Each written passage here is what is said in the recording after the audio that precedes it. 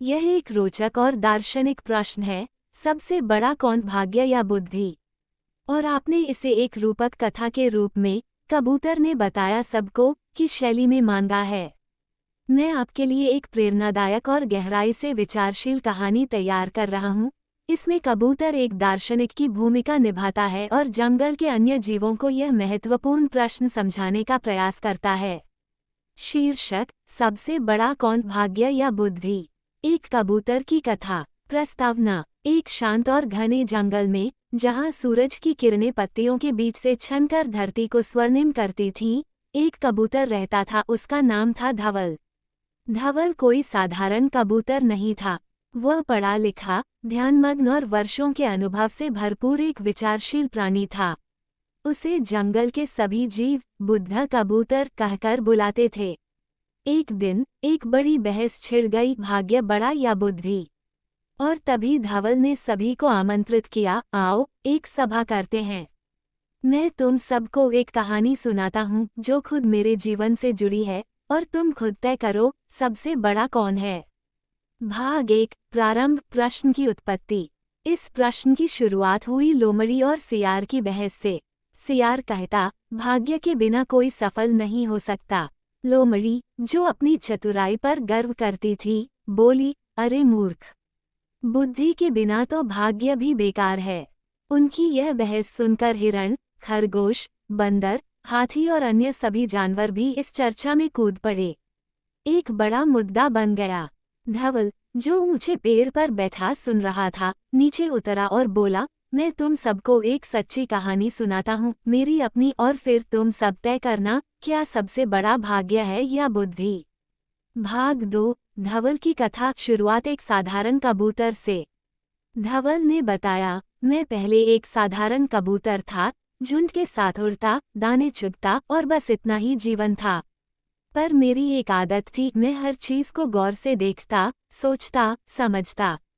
दूसरे कबूतर उड़ते समय सिर्फ दिशा देखते थे, मैं हवा की गति, पेड़ की छाया और शिकारी की चाल भी देखता था। एक दिन हमारे पूरे झुंड को एक जाल में फंसा दिया गया।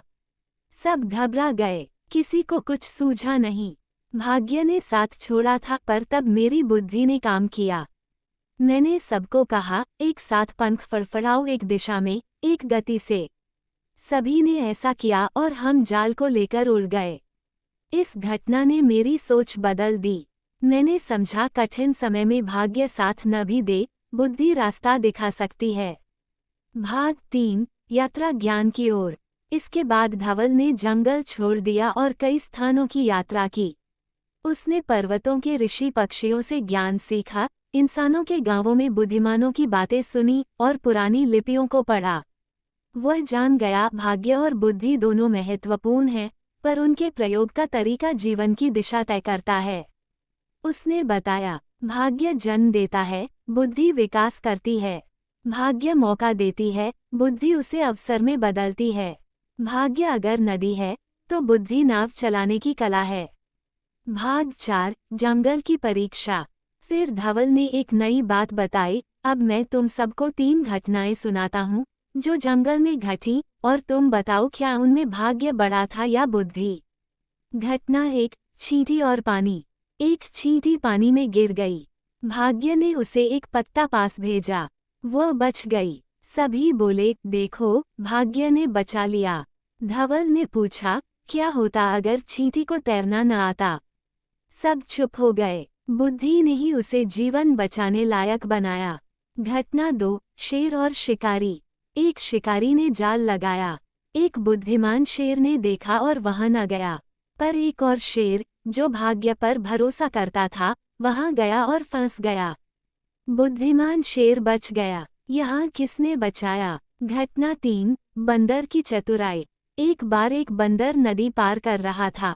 मगरमच्छ ने उसे खाने की कोशिश की, मगर बंदर ने कहा, मेरा दिल पेड़ पर है, मैं ले आता हूँ। मगरमच्छ ने उसे छोड़ा और वह भाग गया। सब बोले, वाह, बुद्धि ने जान बचाई। भाग 5: अंतिम निर्णय, सभा की चर्चा। अब धवल ने कहा, अब तुम बताओ, सबसे बड़ा कौन?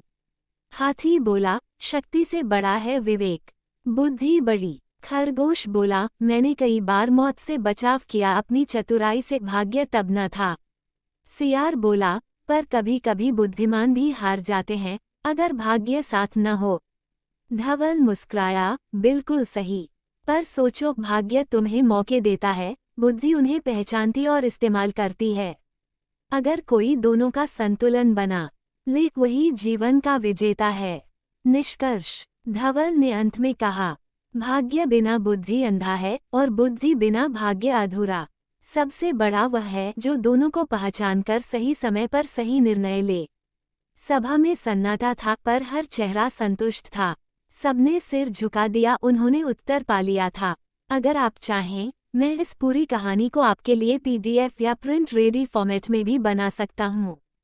क्या आप इसे किसी विशेष भाषा शैली में चाहते हैं, जैसे कथा, कहानी शैली, नाटकीय संवाद आदि?